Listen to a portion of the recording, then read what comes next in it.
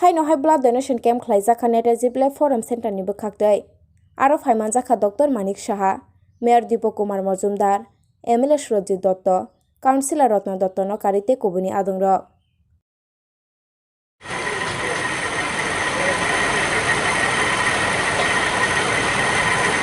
বিধায়ক শ্রী সুরজিৎ দত্ত মহোদয় উপস্থিত আছেন আমাদের আগরতলা মিউনিসিপ্যাল কর্পোরেশনের মাননীয় মেয়র সবার পরিচিত মুখ শ্রী দীপক মজুমদার মহোদয়,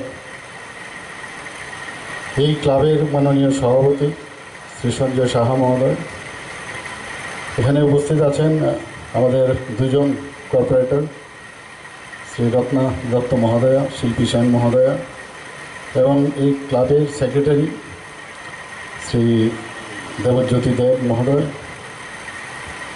এই ক্যাম্পকে আজকে যিনি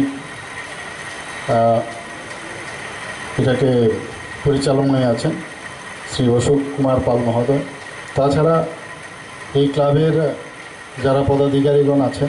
আসলে আমার আরেকটা ক্যাম্প ছিল, এর জন্য আমি ক্ষমা প্রার্থী। আমি আরেকটা ব্লাড ডোনেশনে গিয়েছিলাম, সেখান থেকে আসতে আবার আরেকটাতে যাব, সেখানেও আরেকটা প্রোগ্রাম আছে, কাজে আমি হারি, তো আমাকে এর জন্য মাফ করবেন। সবাই কিছু বলার আগে আমি বলে দিচ্ছি কিছু।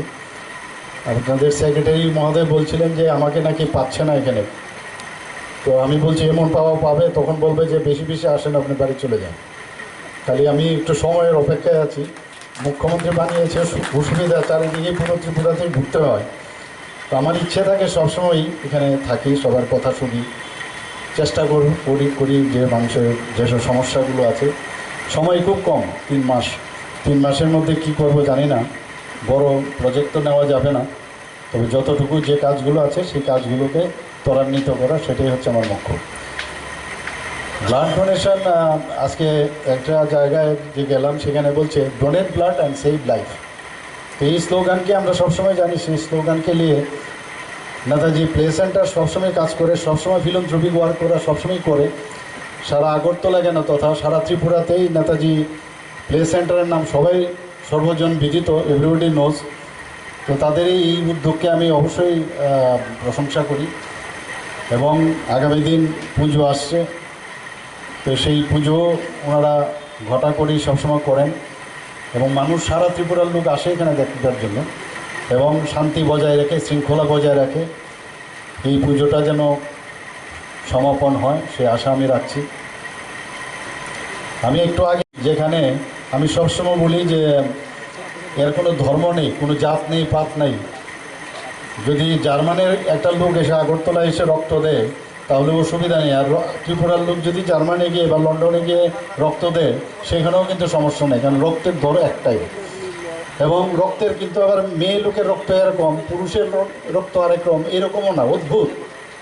তো সবাই সবার জন্য এবং সবার তরে, এটা কিন্তু রক্তের মাধ্যমে আমরা সেটাকে আমরা বলতে পারি যে রক্তই ভগবানই মনে একটা এমনভাবে তৈরি করেছে প্রকৃতির নিয়মে আমাদের, যে তুমি যাই বলো, হিন্দু বলো, খ্রিস্টান বলো, মুসলিম বলো, যাই বলো, আসলে আমরা সবাই এক, সেটা কিন্তু রক্ত দিয়েই আমরা বুঝতে পারি।